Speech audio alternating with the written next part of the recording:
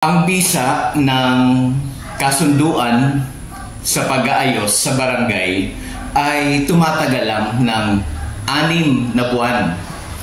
Ngayon, kailan magsisimula yung pagbilang sa 6 na buwan?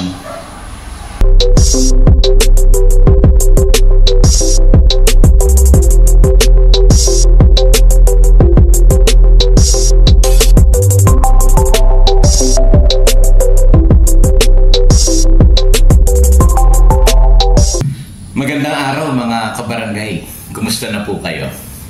Sabi po sa Section 417 ng Republic Act 7160, ang matiwasay na pag-aayos, ito po yung sa amicable settlement o gawad ng paghatol, ito po yung arbitration award, ay maaaring ipatupad sa pamamagitan ng lupon sa nalolooban ng 6 na buwan mula sa petsa ng pag-aayos. Bago po ako magpatuloy, gusto ko pong mag-special shoutout sa isa po nating subscriber na taga Tayabas City. So dyan po sa Barangay Wakas, Tayabas City, ay binabati ko po ang inyong kapitan at kay Lupon member Juanito Fabi. Sir, sorry, nakalimutan ko yung pangalan ni Kap, pero kumusta po kayo dyan sa Barangay Wakas, Tayabas City?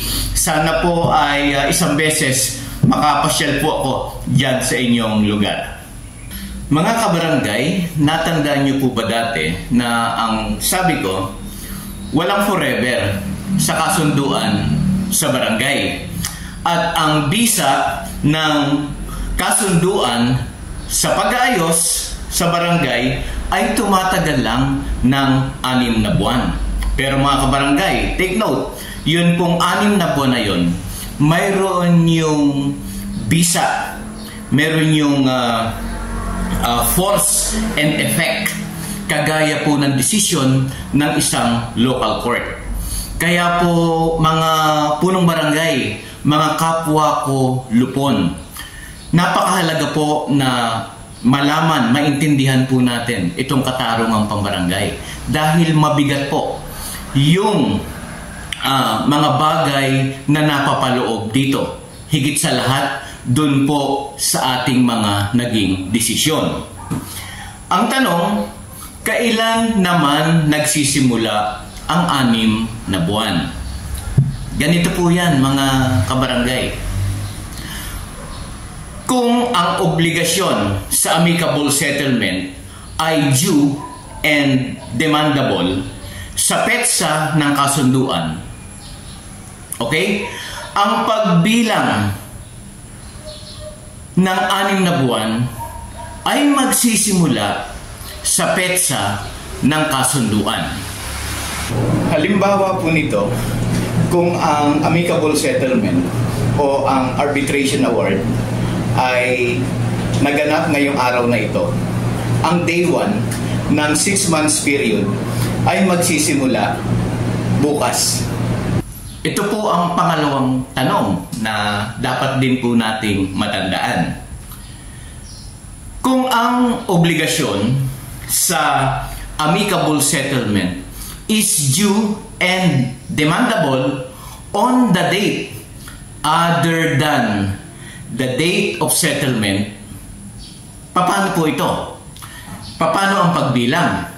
Ano pong sagot dito?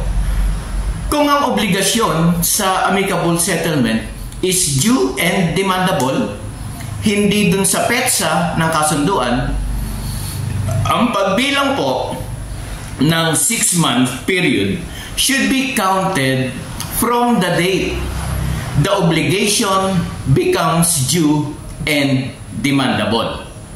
Ito naman po sa pangalawang instances, kung ang obligation sa amicable settlement is due and demandable other than the date of the settlement.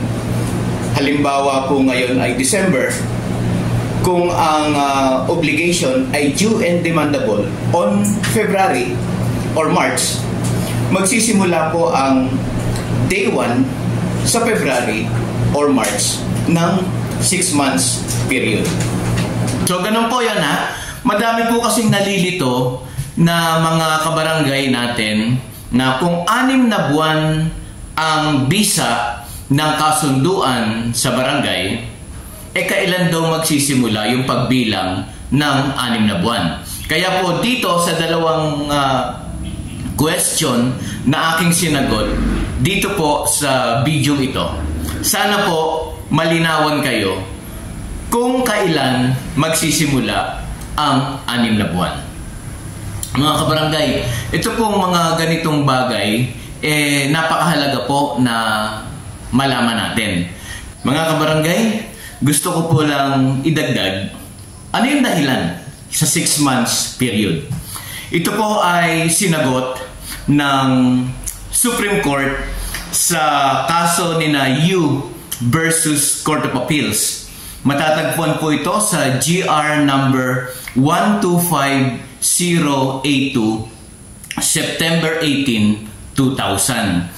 Ang sabi po doon ng Supreme Court, this is to afford the parties during the 6 months timeline a simple, speedy, and less expensive enforcement of their settlement before the lupon. Yun po ang dahilan ng ating 6 months period.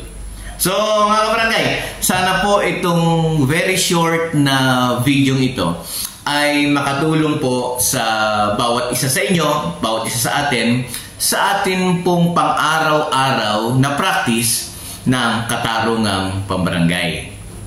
Kaya po muli sa atin pong patuloy na lumalagong mga subscribers dito po sa Katarungang Pambarangay Channel, ako po si Jeffrey ay lubos na nagpapasalamat sa inyong lahat.